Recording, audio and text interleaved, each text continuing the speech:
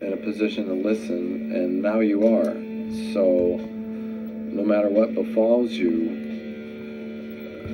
as long as you are seeking God as the treasure that He is. Oh, yeah.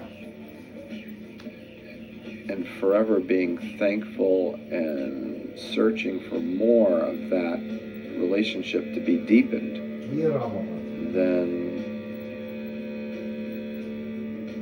there's no need for, calamity to befall you. But in the other sense, maybe I'm looking at it in too dualistic of a fashion. It could be that, like Paul in Philippians, which we were looking at recently,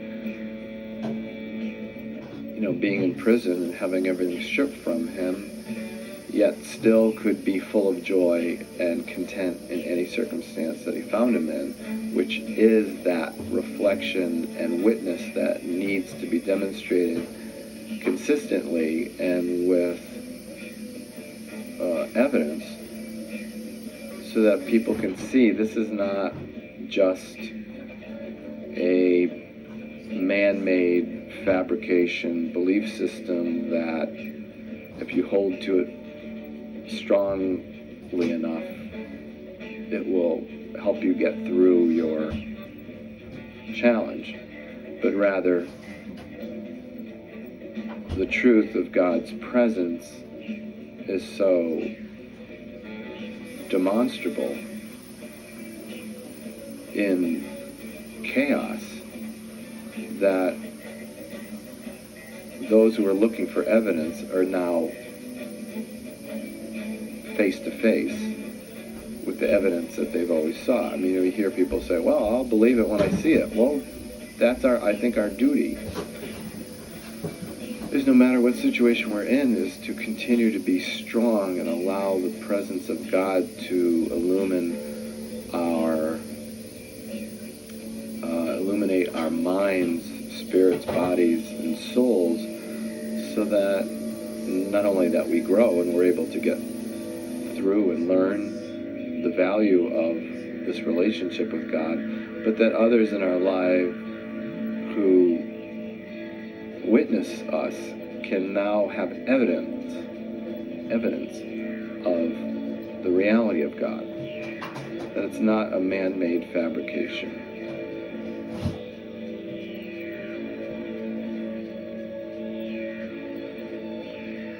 And so Paul's grieving that the Jews are rejecting Christ. I understand that.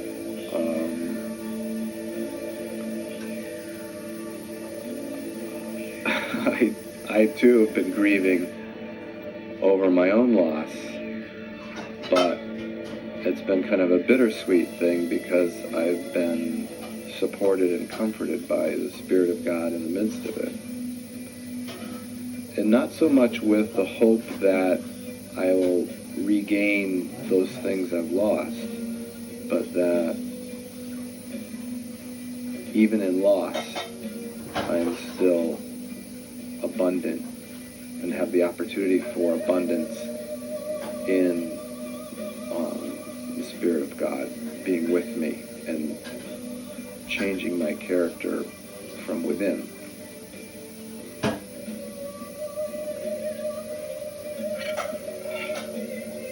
Like I said, I would have hoped that I could learn this without all this loss, but I guess not.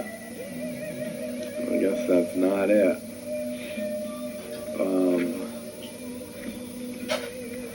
I'm sorry, my nose is really bothering me here, and so is this music. I tried to try something new here, and I'm not quite feeling this.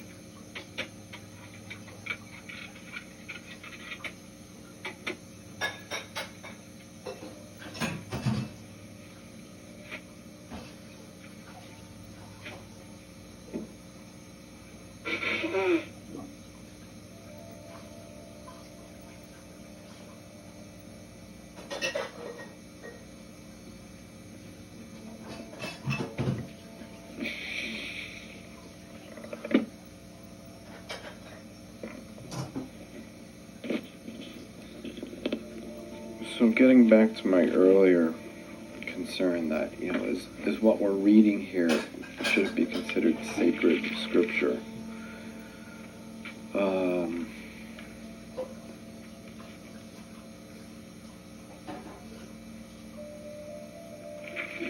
I think in this case,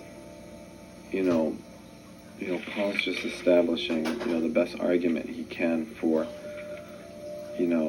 why just being born a Jew is insufficient for those considering spiritual ascendancy.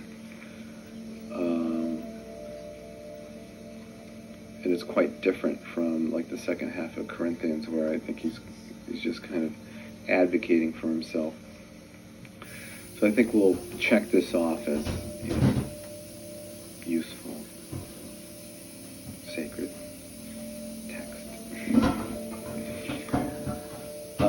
And even though it's very specific, I mean, it's, some of you may find this dry, and I'm sorry, it just happens to be where I am right now in my studies, and I like the show to be a direct reflection of whatever it is I happen to be doing at the time. So whether I'm mowing the lawn or doing this, hopefully you're getting a sense that God is seeking to be present in all things. Oh yeah, baby.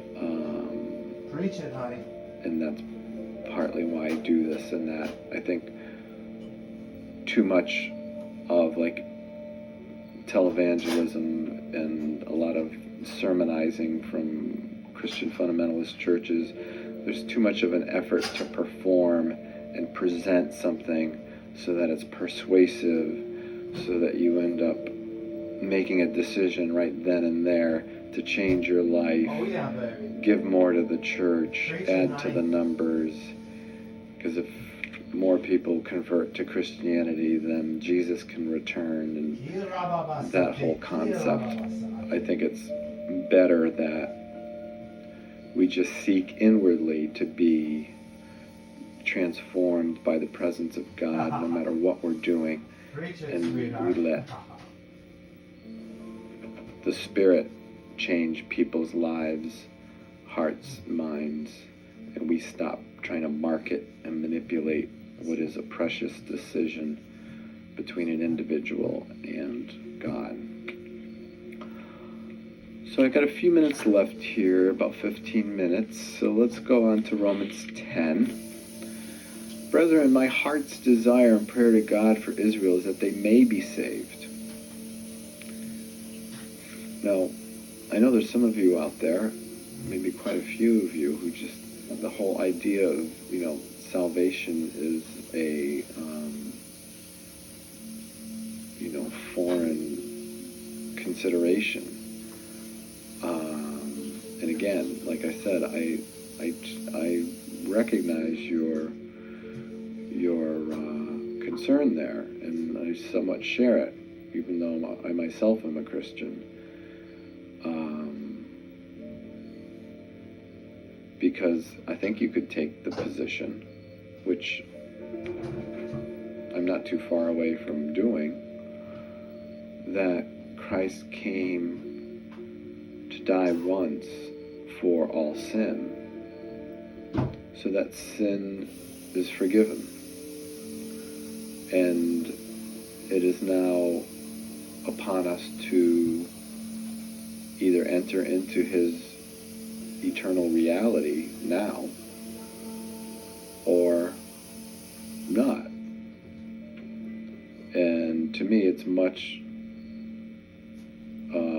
more advantageous, obviously, to engage in spiritual life and the sharing of the reality of God with others now, so that our lives can be full of meaning. But as far as who lives forever and who doesn't, or who,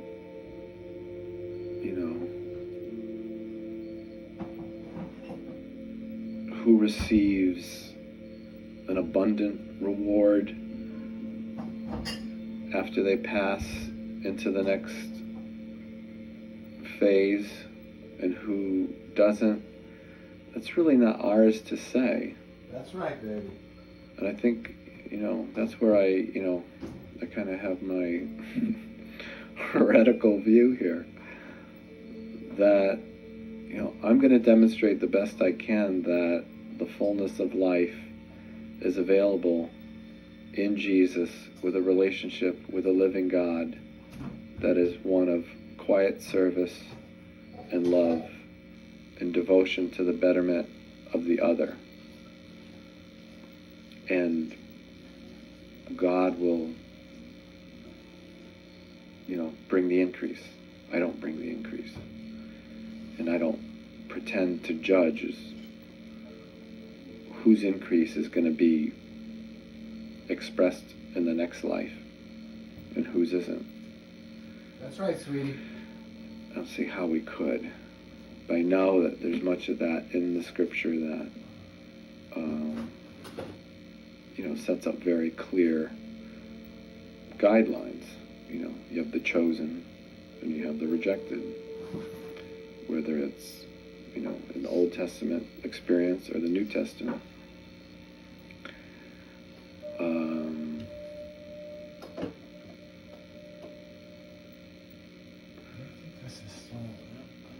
So I think, for my own sanity, I can kind of land with,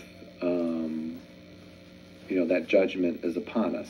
As Jesus said, the kingdom of heaven is now, has come to you now. So it's before us to live in life, in devotion to God, and being an open vessel for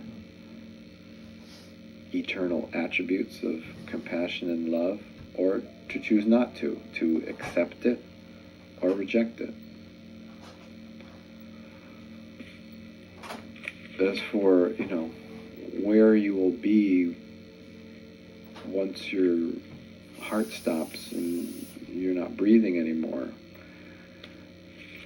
I don't think any of us can really say. That's right, sweetie. Verse 2, for I bear them witness that they have a zeal for God, but not according to knowledge. And this is something I would share with Paul, which is partly what really started me doing this show almost 10 years ago now. And that is that, I saw too much zeal in the fundamentalist Christian church and not enough knowledge. Oh, yeah, baby. And I saw that as, and continue to see that as, a disservice to the name of Christ and Jesus and Christianity. That the world who is looking for evidence of the truth of Christ is not finding it if they're seeing an overbalance of zealotry and zeal and a very difficult time of finding evidence of knowledge. And by knowledge, I don't mean, being a scholar about this or that, or having a handle on a variety of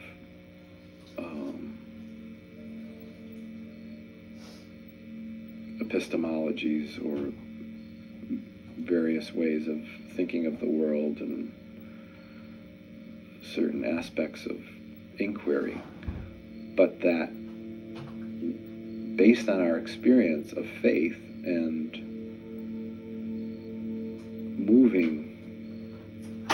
learning to move as God moves,